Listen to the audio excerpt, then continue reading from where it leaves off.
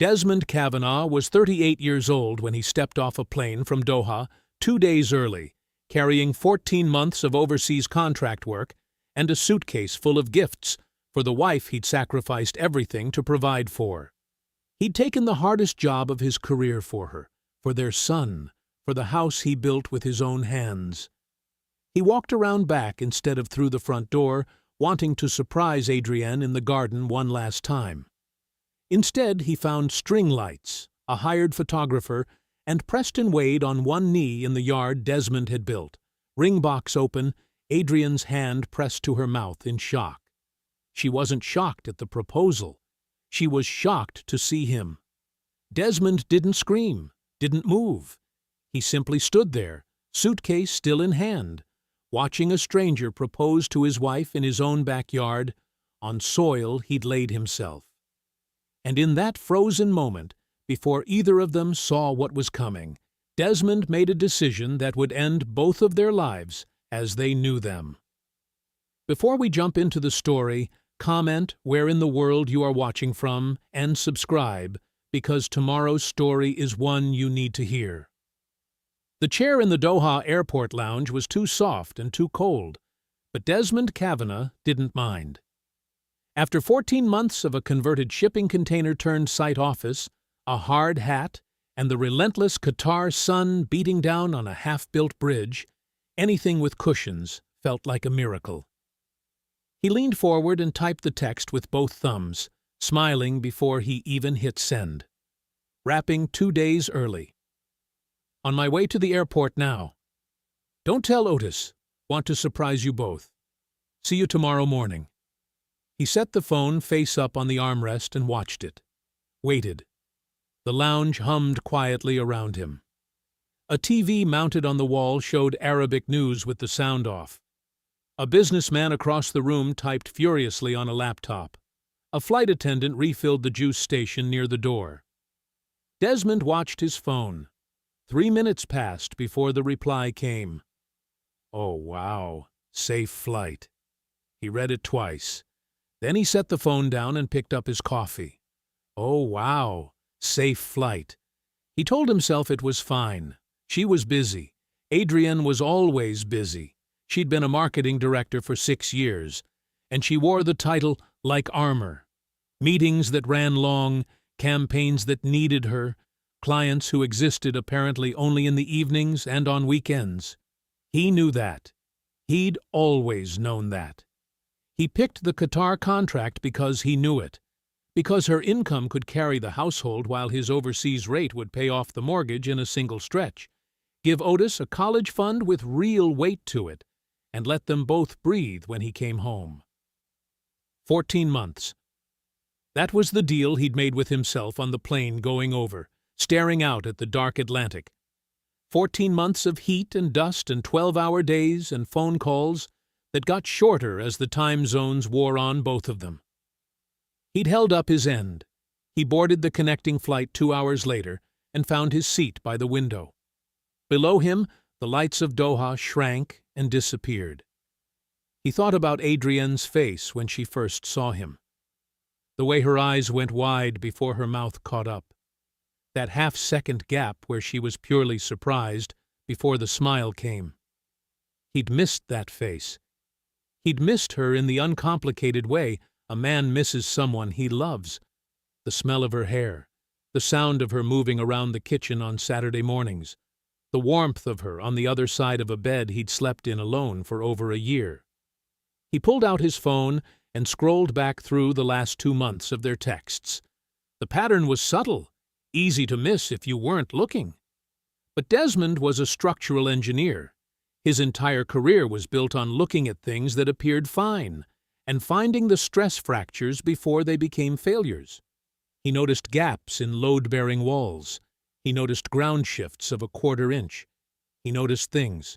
Her messages had gotten shorter. Not all at once, gradually, the way a river narrows before a drought. In February, she'd sent him a photo of Otis at his school science fair, beaming next to a model suspension bridge he'd built. He said he wants to be like you. Don't tell him I cried. In March, a voice note about a neighbor's dog getting loose that had them both laughing for 2 minutes straight. But by May, her replies to his check-ins were mostly one line. Sometimes 2 words. All good. Busy week. Talk soon. She hadn't asked him to video call in almost 6 weeks. She'd forgotten his exact return date twice. He'd had to remind her both times, and both times she'd responded with, "Right, of course. Sorry. Crazy week." He closed the text thread and put his phone away. It was fine. 14 months was a long time. Relationships went quiet, under strain. He knew that. He'd read enough about it. Couples counselors called it parallel living, 2 people drifting through the same life without really touching. It happened. It was fixable. He was going home. That was the point. He'd be there in person, and things that got cold at a distance got warm again up close. He told himself that for the remaining 8 hours of the flight. The Uber dropped him on the corner of Belhaven Drive because the driver's GPS had a block radius error he was too tired to argue with. He didn't mind. It was a warm Tuesday morning, and he hadn't walked his own neighborhood in over a year. He pulled his suitcase behind him on the sidewalk and let the familiar street settle over him like a coat he'd missed. The maple tree on the Delgado property had grown 2 feet. Someone had repaved the stretch of sidewalk near the culvert. Everything else was the same brick and siding split levels, the same streetlights, the same particular way the morning light fell flat and golden across the lawns. He turned into his own driveway. He stopped. There was a car parked in front of the garage. A black Audi. Clean, expensive, not a scratch on it. A car he had never seen before in his life. Desmond stood still. He looked at the Audi. He looked at his house. The front door was closed. The curtains on the living room window were drawn most of the way. Something pulled tight in the center of his chest, low and quiet, like a cable under load. He left his suitcase at the edge of the driveway and walked around the side of the house, the way he always used to, cutting through the gate to find Adrienne in the garden, surprising her with 2 coffees and a stupid grin. The gate swung open without a sound. The string lights came first, warm yellow bulbs strung in long loops between the fence posts, glowing softly against the early morning light. Desmond hadn't put those up. He would have remembered. Then he heard the voices. A man's voice, low and smooth. A woman's laugh, Adrienne's laugh, the one she used when she was performing happiness rather than feeling it. He knew the difference. He'd known it for years. Desmond's hand tightened on the suitcase handle. He came around the corner of the house and stopped. The backyard?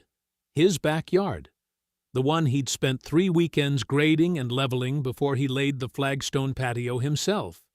The one with the raised garden beds he'd built from cedar planks because Adrienne had said she wanted to grow tomatoes, was transformed. White flower arrangements sat on a small folding table near the back fence. Champagne flutes, a chilled bottle in a bucket of ice, and a man on one knee in the center of the patio, holding an open ring box toward Adrienne, the stone inside catching the light. Adrienne stood with both hands over her mouth. The photographer crouched 6 feet away, camera up, capturing everything. Desmond stood at the edge of it all and took it in. The man on one knee was tall, broad-shouldered, dressed in a blazer with no tie. His dark hair was cut close. He had the kind of posture that came from a life spent walking into rooms expecting people to notice. Even on one knee, he looked like he was doing someone a favor. He hadn't looked up yet. Adrienne had. Her eyes locked onto Desmond's, and the color left her face. Her hands dropped from her mouth. She said his name, the way people say a word they didn't mean to speak out loud, half swallowed, barely there. Desmond. The photographer lowered her camera. The man, Preston, though Desmond didn't know his name yet, finally turned his head. He looked at Desmond the way a man looks at an interruption, unhurried, unimpressed. He didn't stand. He just shifted his weight slightly, ring box still open in his hand, and looked Desmond over from head to toe the way you'd look at a stranger who'd wandered into the wrong yard. Nobody spoke. Desmond looked at the string lights. He looked at the champagne. He looked at the ring in the box, princess cut, large, the kind of ring that was meant to be photographed. He looked at his wife's face, white as paper, and he looked at the man still kneeling on the flagstone patio he had laid himself, stone by stone, on a long weekend in the fall of 2019. He set his suitcase down.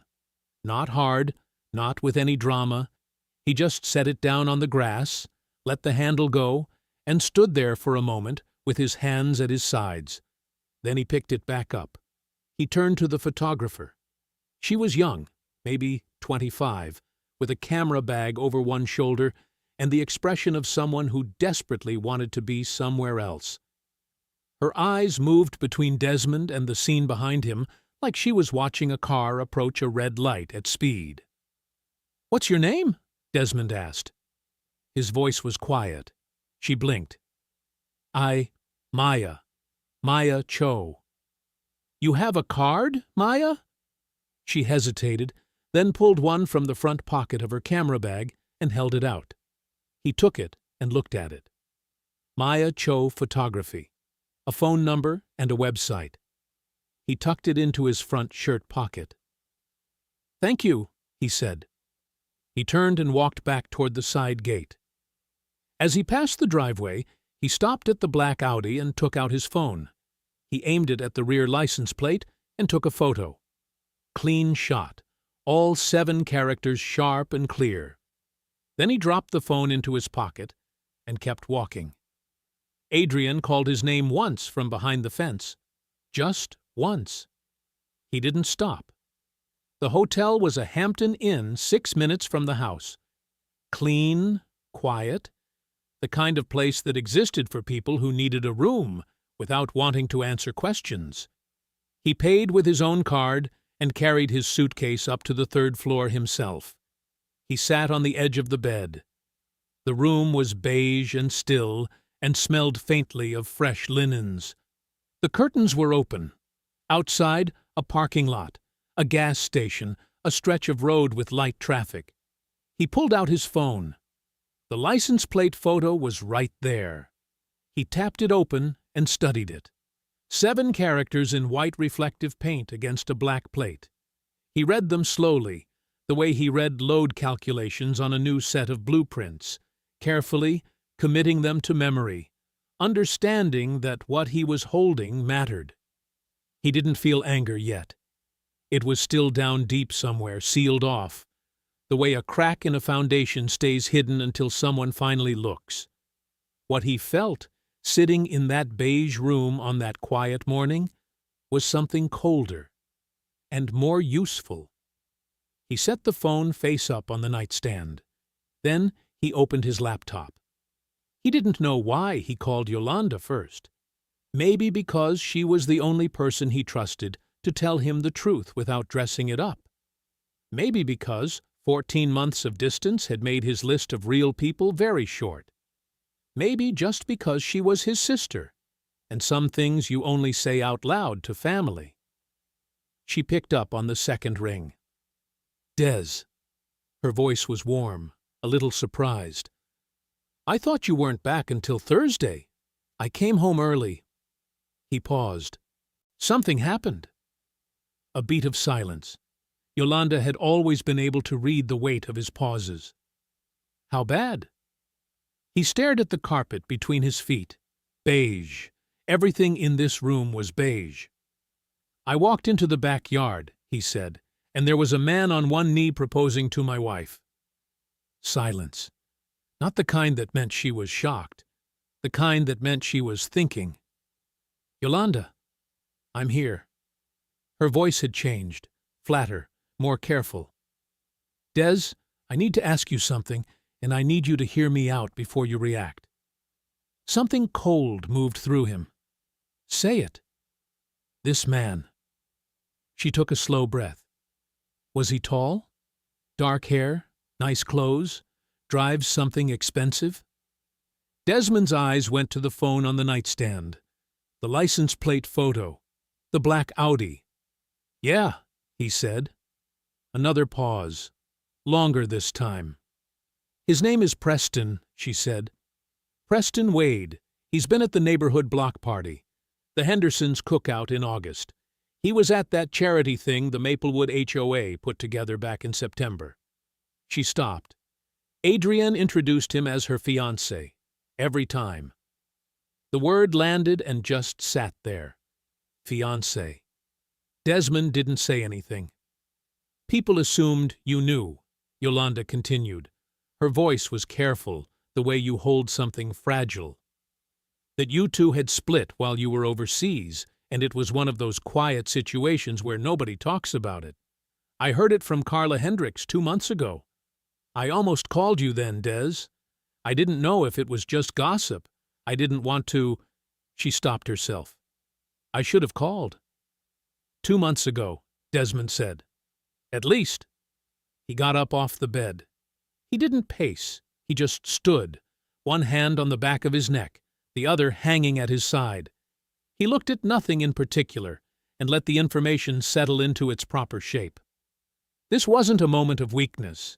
It wasn't a mistake Adrienne had stumbled into while he was away. There had been block parties, cookouts, charity events, introductions made and repeated, photographs, a whole version of her life, fully formed, running right alongside his absence like it had always been there, just waiting for him to stop being in the way. 14 months in Qatar, 16-hour days, a bridge contract he'd taken because the bonus would wipe out the mortgage, because he'd sat across from Adrienne at the kitchen table with a spreadsheet between them, and she had said, "If this is what we need to do, then we do it." He'd believed her. Des. Yolanda's voice was steady now, focused. This was her paralegal voice, the one she used when she was working a problem. Listen to me carefully. Do not call Adrienne. Do not go back to the house. Do not confront anybody. I wasn't going to. I'm serious, because here's the thing. Right now they don't know what you know. They don't know what you've seen. The second you pick up that phone and call her, you hand that advantage straight back. He almost said, I know, but he let her finish. Before you do anything, you need to find out what you're actually dealing with. What's been moved, what's been signed, what's been planned. This man is a developer, you said? I don't know what he is yet. The car, send me the plate. He picked up the phone, pulled up the photo, and forwarded it to her without a word. He heard the small chime on her end. A pause while she looked at it. Good, she said. That's good, Des. Give me a day or two. Just sit tight. Stay at wherever you are, and don't give them any signal that you're doing anything other than licking your wounds at a hotel somewhere. That's exactly where I am. Then stay there. Look like the hurt husband. Give them nothing to work with.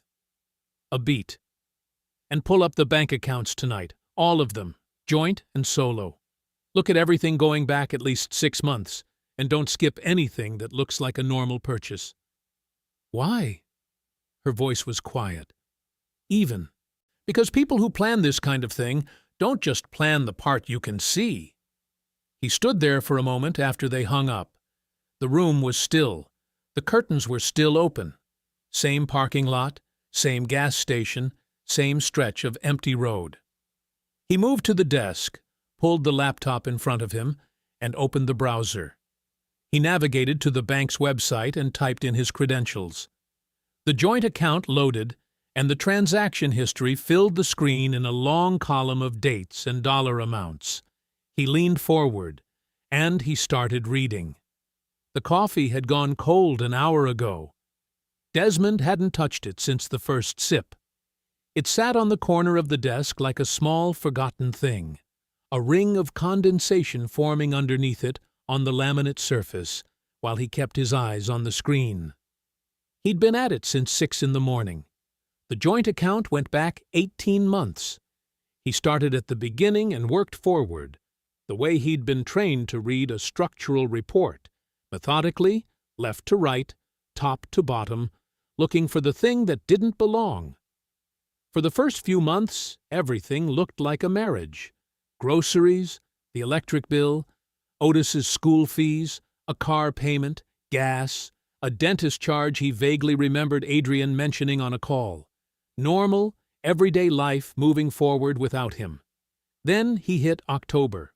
Home improvement supply, without 240. He paused on it, frowned. He had no memory of Adrian mentioning any work being done on the house. He noted the date and kept going. November. Renovations. Unlimited LLC, $2,800. He sat back slightly. December. Renovations. Unlimited LLC, $3,100. January. Home improvement supply, $975. Renovations, Unlimited LLC, was $600. He pulled up the hotel notepad from the nightstand and clicked the pen open. He wrote each date, each amount, each vendor name in a straight column down the page. His handwriting was small and neat, an engineer's handwriting, disciplined from years of labeling structural drawings. By the time he finished scrolling, the column on the notepad was 9 lines long, just over $14,000. He stared at the number he'd written at the bottom. Then he picked up his phone and pulled up the photos Adrian had sent him over the past year. The ones of the house, the backyard, the kitchen. Otis in the living room doing homework. He went through every single one of them. There was no new work, no fresh paint, no replaced fixtures, no new deck boards or updated tile or landscaping that hadn't been there when he left. $14,000 had left the joint account in increments carefully sized to avoid looking unusual at a glance, and not $1 of it had touched the house. He underlined the total on the notepad. Then he put the phone down, rubbed his eyes, and opened a new browser tab. Yolanda had mentioned it offhand, the way she mentioned most things that turned out to matter. That charity thing the Maplewood HOA put together back in September. Preston there, beside Adrienne, comfortable. Like a man who knew the neighborhood, like a man who'd been studying it. Desmond typed the county property records website address from memory. He used it sometimes for work, checking parcel numbers, verifying lot boundaries before a project bid. He knew his own address by heart. He typed it in and let the map render. His property came up first. His name on the deed, exactly as it should be. He zoomed out one click. The vacant lot next door, a narrow strip of land that had sat empty for as long as they'd lived on the street, had always belonged to an elderly man named Gerald Foss, who'd inherited it from his father and never done a thing with it.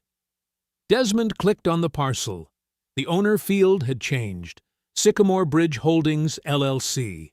He read it twice. He didn't recognize the name. It wasn't a local developer he knew from any of the projects he'd worked near. He clicked through to the transaction record. The deed transfer had been recorded in August. Gerald Foss had sold it. August. The same month Yolanda had first seen Preston at the block party. Desmond leaned forward until his forearms were flat on the desk. He tried to search the LLC name in the state's business registration database. The filing was minimal, just enough to be legal. A registered agent's name that meant nothing to him. A post office box for a listed address. No principals named publicly. Whoever had set this up had done it carefully. Just enough paperwork to exist, and not one word more than necessary. He sat with that for a long moment. Someone had bought the lot next door while he was on the other side of the world. Someone who was, at minimum, close enough to Adrian to know his house, his street, and the exact window of time when he wouldn't be around to notice. Someone who dealt in real estate and thought in terms of parcels and development potential and what a property was worth with the right piece of adjacent land attached to it. He picked up the hotel pen again, turned to a fresh page on the notepad. He wrote down the LLC name, the parcel number, the date of transfer, and the registered agent's name in the same small, careful handwriting. Then he picked up his phone and found the contact. Winston Pierce. He'd had the number for 15 years and used it maybe 4 times. Winston was a real estate attorney now, serious, sharp, the kind of quiet that meant he was always thinking 3 moves ahead. Desmond typed the message without overthinking it. Win. It's Des. I know it's been a while. I need to meet with you. Something came up with a property situation near my house, and I need someone I trust.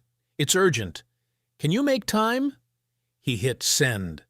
Then he set the phone face up on the desk beside the notepad and waited. Winston Pierce was already at the table when Desmond walked in. He was easy to spot. He'd always been easy to spot. 6'2", close-cut silver at his temples now, dressed in a charcoal blazer over a plain white shirt, like he'd come from a deposition and stopped caring about the tie somewhere along the way. He had a coffee in front of him and his phone face down on the table, which meant he was fully present. Winston was always either all the way in or all the way out. No middle ground. He stood when he saw Desmond coming. They shook hands. Then Winston pulled him into a brief, firm hug, the way old friends do when something is clearly wrong. Not asking yet, just acknowledging. "You look like you slept in that shirt," Winston said. "I did," Desmond said. They sat. The coffee shop was quiet at 2 in the afternoon. A few laptops open along the windows.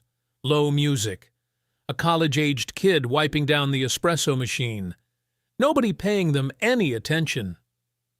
Desmond ordered a coffee he didn't need and slid his phone across the table before the server had even walked away. On the screen, the LLC name, the parcel number, the date of transfer. Preston Wade's full name underneath, with his license plate number and a screenshot of his real estate developer profile Desmond had found that morning. Winston looked at the screen without touching the phone. His expression didn't change much, but his jaw shifted, a small, tight movement, like he'd just tasted something sour. "Preston Wade," he said. "You know him." It wasn't a question. Desmond had already heard it in his voice. Winston leaned back in his chair and let out a slow breath through his nose. "I know of him. Yeah." He picked up the phone and looked closer at the LLC name. "Sycamore Bridge Holdings. That's new. He cycles through these things." He set the phone down and looked at Desmond directly. "How do you know this name?" Desmond told him. "Not all of it. Enough. The proposal in the backyard. The money missing from the joint account. The lot next door changing hands in August while he was in Qatar." Winston listened without interrupting. He had a lawyer's stillness, the kind that came from years of hearing hard things without flinching. When Desmond finished, Winston was quiet for a few seconds. "This is what he does," he said. "I've seen it twice before. Once with a woman up in Claremont, once in the valley. Both times there was a property involved. Both times there was a husband or an ex who wasn't paying close attention because they trusted the wrong person. Both times, Preston came in as the romantic interest and left as the financial beneficiary." Desmond stared at him. "He's done this before. He's been sued twice, settled both times out of court, which is why his name doesn't come up right away when you search him." Winston tapped the phone screen with one finger. "The Claremont deal, he attached himself to a woman whose family owned agricultural land, set up a joint venture agreement, moved the land into an LLC, extracted his equity share, and was gone before her family realized what had happened. Lawsuits, attorneys' fees. The family got some of it back." He paused. "Not all of it." The coffee arrived. Neither of them touched it. "The lot next to your house," Winston continued. If he's got that parcel, and he can fold it together with your property, or even with the expectation of your property after a divorce, that strip of land changes value significantly. Combined square footage, corner positioning on Maplewood. He shook his head slowly. A developer who knows what they're doing could build 6-7 units there minimum. We're talking a 7-figure deal depending on what the zoning allows. Desmond thought about the string lights, the photographer, the ring box. The whole scene had felt theatrical. Now he understood why. It was a closing celebration. Preston hadn't been proposing to Adrienne. He'd been celebrating a deal that was already nearly done. "I need to know his closing timeline," Desmond said. "On the lot." "I can get that." Winston pulled his own notepad from his jacket pocket, a small, leather-bound one, the same kind he'd carried in college. "Give me 48 hours. I'll pull the full filing on the shell company, find out who the registered agent really points back to, and check what's been recorded with the county clerk." "Quietly," Desmond said. "Always." Winston wrote without looking up. "You haven't talked to Adrienne?" "No." "Good." He clicked his pen closed. "Keep it that way." Desmond drove back to the hotel in the slow, late-afternoon traffic with both hands on the wheel and the radio off. He thought about what Winston had said. Both times there was a husband who wasn't paying close attention because they trusted the wrong person. But that wasn't quite right. Not in his case. Adrienne hadn't just let Preston in through a gap in her attention. She'd opened the door deliberately. She'd given him the account information, the property details, the timeline of Desmond's contract. She'd introduced him to the neighbors. She'd called him her fiancé at block parties and HOA meetings, while Desmond's name was still on the deed. Preston might have been running a scheme, but Adrienne had been running it with him. Desmond parked in the hotel lot and sat with the engine off. He pulled out his phone and opened his text thread with Adrienne. Her last message was still unanswered. 3 days of silence from him, and she'd only sent 2. Both short, both careful, both reading like messages written by someone trying to measure how much damage had been done. "Can we talk?" "I know you're hurting." "I am too." He stared at that second one for a long moment. Then he typed back, "I just need a little time. I'm not ready yet." He hit send, set the phone on the passenger seat, and stared out through the windshield at the concrete wall of the parking structure while he let her believe exactly what she wanted to believe. The hotel room had a rhythm to it now.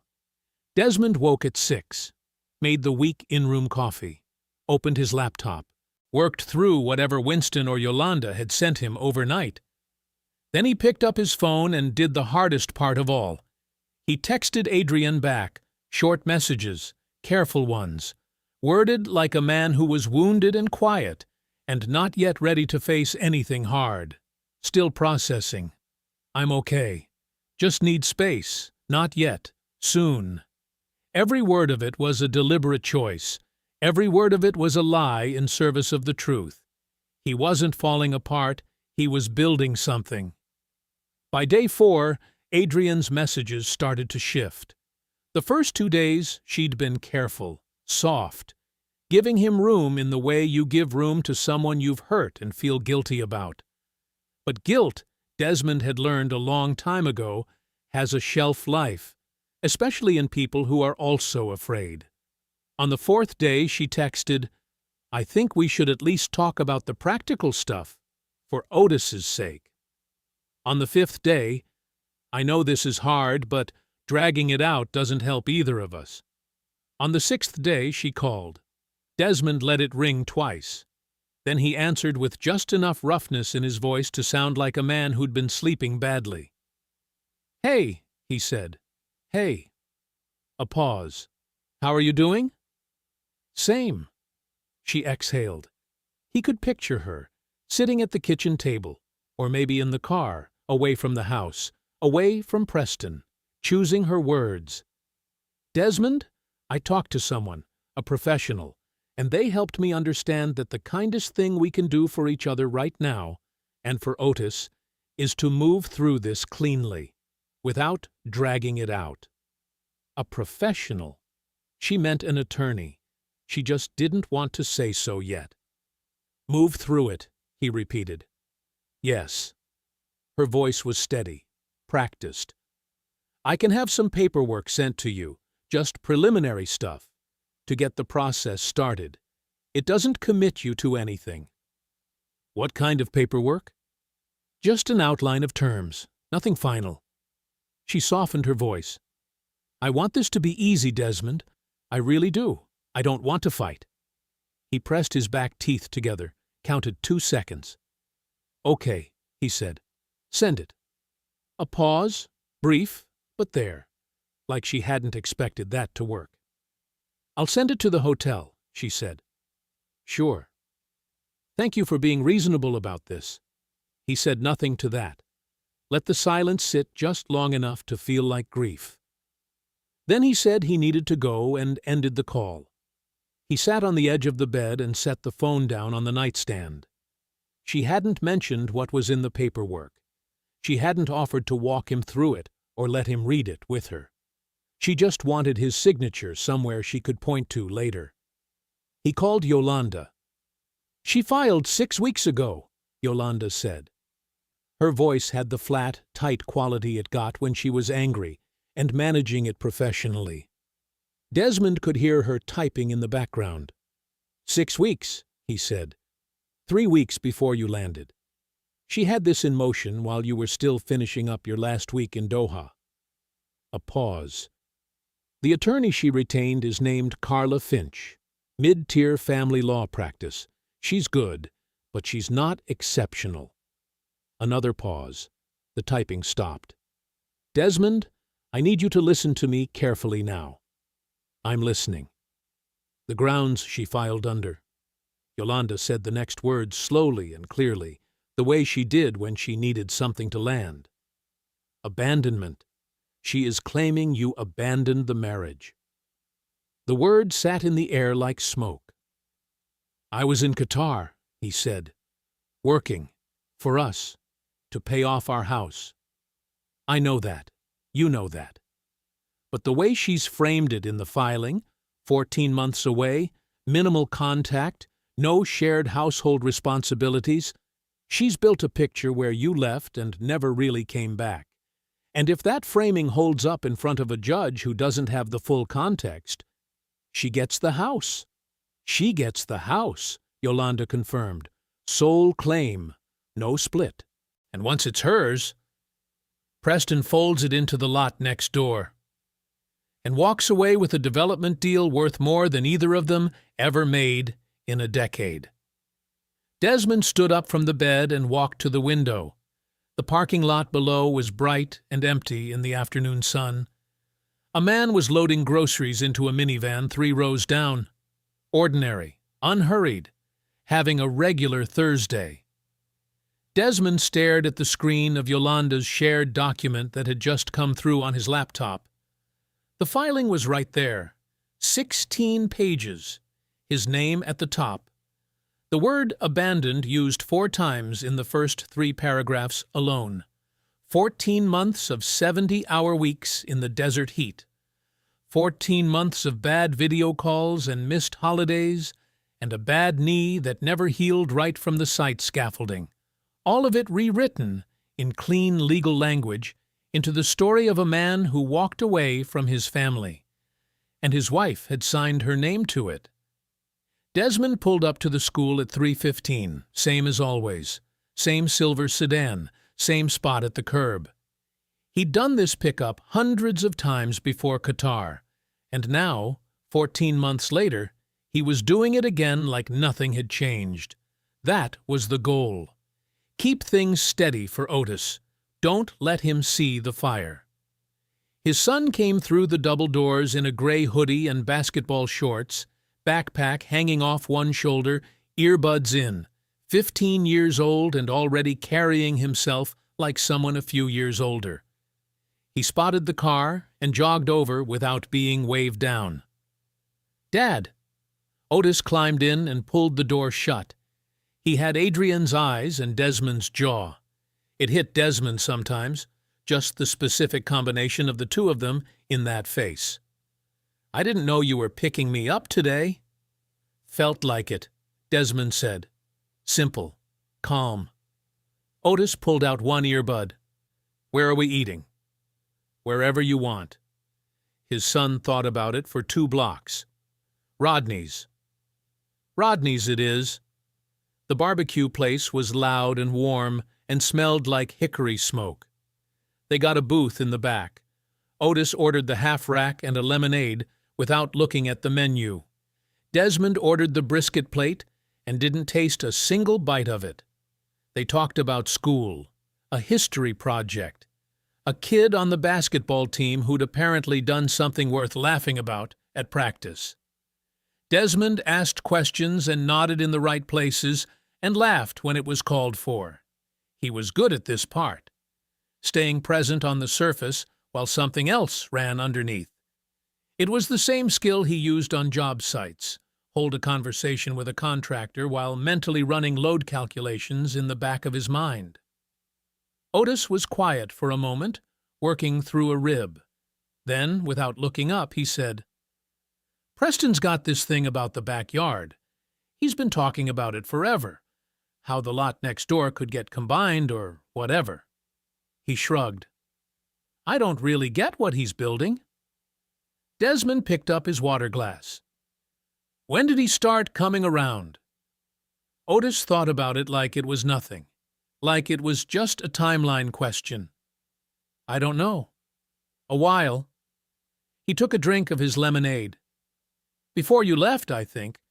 Like maybe a few months before. Mom said he was just a work contact at first." Desmond set the glass down. "Before you left." He kept his face still, kept his eyes easy. Just a dad having dinner with his kid on a Thursday, nodding at a detail that meant nothing. But the number rearranged itself in his mind. He'd been building his timeline around the affair starting after he left for Qatar. A lonely wife, a patient opportunist, a marriage that frayed across 14 months of distance. That was already bad. But this was different. Preston had been in his house, near his son, walking his property lines, learning the land, while Desmond was still here. While Desmond was still packing for a trip he was taking for his family. The whole Qatar contract, the sacrifice he'd made so they'd have a paid-off house and breathing room and a real future. Preston had been watching that plan take shape from inside the marriage. And Adrian had let him in. "Dad, you good?" Desmond looked at his son. Otis was watching him with that quiet, careful look he'd developed recently, the one that saw more than a 15-year-old should have to see. "Yeah." Desmond picked up his fork. "Just tired." Otis held his gaze 1 second longer. Then he went back to his ribs. The call from Winston came at 10:42 that night. Desmond was sitting at the small desk in the hotel room, the same laptop, the same cold light, the same spread of documents.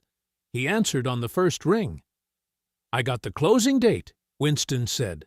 No greeting. When Winston dropped the pleasantries, it meant something was urgent. "How long?" 5 days. They've got a closing on the lot scheduled for next Thursday morning. If that sale goes through and Adrian's divorce claim is on record." Winston paused. "Des, a developer can combine adjacent parcels under a single LLC. Preston folds both properties together, runs it through the shell company, and he's looking at a development parcel worth somewhere north of $2 million. Maybe more, depending on zoning." Desmond stared at the wall. "And Adrienne. She's listed as a paid consultant on Preston's LLC. 20% finder's fee once the deal closes." A short pause. "She wasn't just being strung along, Desmond. She's a named party." The silence between them was thick. Desmond let it sit. "What do we have?" he finally asked. "Enough." Winston's voice sharpened. The shell company has 2 prior fraud flags in different counties. I found them through the property records database. That's enough to file an injunction and freeze the closing on fraud grounds pending investigation. The sale stops. The deal falls apart before it closes. How long to file? I can have it ready tomorrow, but I want to time it. A pause. I think we file quietly, first thing Thursday morning. And the day before, Wednesday, we put them in a room together and we let them see it coming. Desmond called Yolanda next. He laid it all out. The closing date, the injunction, the consultant arrangement, the timeline Otis had confirmed without knowing what he'd confirmed. Yolanda was quiet for a moment when he finished. "Wednesday," she said. "We do it Wednesday." "Wednesday," Desmond agreed. The courthouse opened at 8. Desmond was there at 7:50, standing on the wide stone steps with a folder under his arm and a coffee he'd barely touched. The morning was cool and gray, the kind of sky that couldn't make up its mind. Winston pulled into the parking lot 2 minutes later, wearing a dark suit and carrying a leather briefcase that looked like it had been to court 100 times. No handshake, just a nod. "You ready?" Winston asked. "Been ready," Desmond said. The clerk's office smelled like old paper and floor cleaner. Fluorescent lights hummed overhead. A woman at the front counter took Winston's filing packet without blinking, the kind of clerk who'd seen every version of this kind of document and treated them all the same. Desmond stood to the side and watched Winston work. It took 22 minutes. Winston knew exactly which forms, exactly which language, exactly which fraud statute to cite. He'd done this before, and it showed. He spoke to the clerk in a low, even voice, answered 2 questions, initialed 3 pages, and slid the packet back across the counter. The clerk stamped it, dated it, filed it. Just like that, Preston Wade's Thursday morning closing was frozen. The shell company, Meridian Land Partners, LLC, incorporated 8 months ago in a county 60 miles away, now had a fraud hold on its purchase of the neighboring lot. Pending investigation, pending review. The sale was not going through tomorrow. It was not going through next week. It was not going through until someone looked very carefully at the 2 prior fraud flags in 2 different counties, at the falsified abandonment claim tied to the same property address, and at the pattern of a man who had done this exact thing before and gotten away with it. Not this time. Winston tucked his copy into his briefcase and turned around. "It's done," he said. Desmond nodded once. "Thank you." "Don't thank me yet." But Winston almost smiled. Tonight's the part that matters. He sat in his car in the parking lot for 5 minutes before calling Adrian. He needed the stillness first. He needed to be completely flat before he dialed. No edge in his voice, no tightness. Nothing she could read as a warning. He breathed in slowly, breathed out. Looked at the courthouse steps. A couple of pigeons pecked at nothing on the concrete. He dialed. She picked up on the 3rd ring. "Desmond." Her voice was careful. It always was now, like she was handling something fragile she hadn't decided whether to keep. "Hey." His voice was tired, quiet. Exactly what she expected from him. "I want to try to sit down tonight. Just talk through the divorce stuff. Figure out where we actually stand without things getting ugly." A pause. He could almost feel her calculating. "I think that's a good idea," she said. She sounded relieved. That told him everything about how confident she was. "I can come by the house around 7. "That works." Another pause.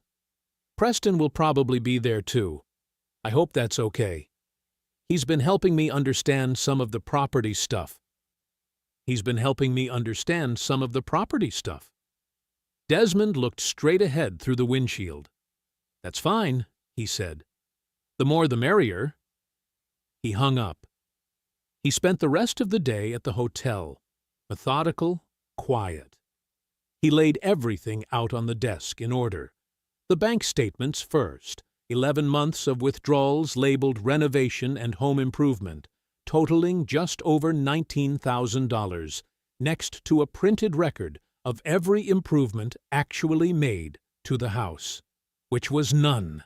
Behind that, the shell company documents. Meridian Land Partners, LLC, incorporation date. The purchase of the neighboring lot. The 2 prior fraud flags Winston had pulled from the property records database, printed and highlighted. Behind that, the printout of Adrian's divorce filing. The abandonment claim. Desmond Kavanaugh voluntarily abandoned the marital residence. He didn't read it again. He'd already memorized it. Last, Winston's 2-page summary of Preston's history. 2 other women, 2 other properties, 2 other deals that had collapsed into lawsuits and settlements and restraining orders. Names, dates, counties, documented, real. And underneath all of it, in a separate folder, the audio file. Adrian's voice, clear and calm, telling him to sign the paperwork quickly, to make it easier for everyone. He had everything. He closed the folders, stacked them, slid them into his bag. At 6:45, he drove to the house. He pulled into the driveway and sat there for a moment. Same driveway, same mailbox he'd installed himself, the one with the house number in brushed nickel numbers. Same oak tree in the front yard that Otis used to climb when he was small. He'd stood in this exact spot 2 weeks ago, rolling a suitcase across the concrete after 14 months away, thinking he was coming home. He got out of the car, picked up his bag, walked up to his own front door, and knocked. Adrienne answered the door. She was dressed well. Hair done, a light blouse, pressed slacks, the kind of outfit that said, "I have things together." She gave him a small, careful smile and stepped back to let him in. "Come on in," she said. Like it wasn't his house. The living room looked the same. Same couch, same rug, same framed photos on the side table, including one of Desmond and Otis at a baseball game 2 summers ago, which nobody had bothered to take down. Preston Wade was sitting in the armchair by the window. Desmond's armchair. He had one ankle crossed over his knee, jacket still on, phone face down on the armrest. Relaxed, settled, like a man waiting for a meeting he already knew the outcome of. He looked up when Desmond walked in. Desmond! He said the name the way you'd say finally. A little bored, a little generous. He didn't stand. "Appreciate you being mature about all this." Desmond set his bag down on the coffee table. "Sit down," he said. Not a suggestion. Something in his voice made Adrian sit. Preston stayed where he was, which was fine. It didn't matter. Desmond opened the bag. He laid it out in order. Same order as the desk at the hotel. Bank statements first. He set them on the table and turned them so Adrian could see. 11 months of withdrawals, he said, labeled renovation and home improvement. $19,240. He placed a second sheet beside it. That's every improvement actually made to this house during the same period. The second sheet was blank. Adrienne opened her mouth. "I'm not done," Desmond said. Quiet, even. He put down the shell company documents next. Meridian Land Partners, LLC. Incorporated 8 months ago, 60 miles from here. They purchased the lot next door 6 weeks ago. He tapped the incorporation date with one finger. "Same week you told me the renovation was going to cost more than expected, and asked me to transfer funds into the joint account from my Qatar salary." Preston shifted in the chair. Just slightly. Desmond didn't look at him. He pulled out the divorce filing. "This is the abandonment claim your attorney filed on your behalf." He read it aloud, flat and clear. Desmond Kavanagh voluntarily abandoned the marital residence and the marriage itself by choosing long-term overseas employment, demonstrating a willful disregard for the marital union. He set it down.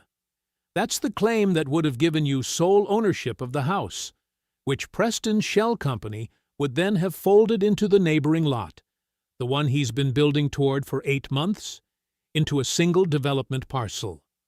He paused. Winston tells me it's worth somewhere between $4 and $6 million once it's zoned commercial. The room was very quiet. Preston leaned forward. Look, man, I said I'm not done. Preston leaned back. Desmond reached into the bag and pulled out the last folder. 2 prior women, 2 prior properties, different counties, same structure. One ended with a lawsuit. One ended with a restraining order. He set the pages on the table, names, dates, case numbers, all of it. You've done this before. The difference is, those women didn't have a structural engineer for a husband who documents load-bearing problems before they collapse. He finally looked at Preston directly. Preston's jaw was tight now. The boredom was gone. Adrienne's voice came out thin. Desmond, you were gone for over a year. You left us. I went to Qatar so this house would be paid off. His voice didn't rise. So Otis's college fund would be full. That's why I was gone. You know that. He looked at her steadily. And while I was gone, you let him into this house. You fed him property information. You helped him build a fraud case against your own husband. He let that sit for a moment. So don't explain this to me with my absence. Adrienne looked away. Preston stood up. The closing is tomorrow morning. Nothing you've filed changes that the closing is frozen.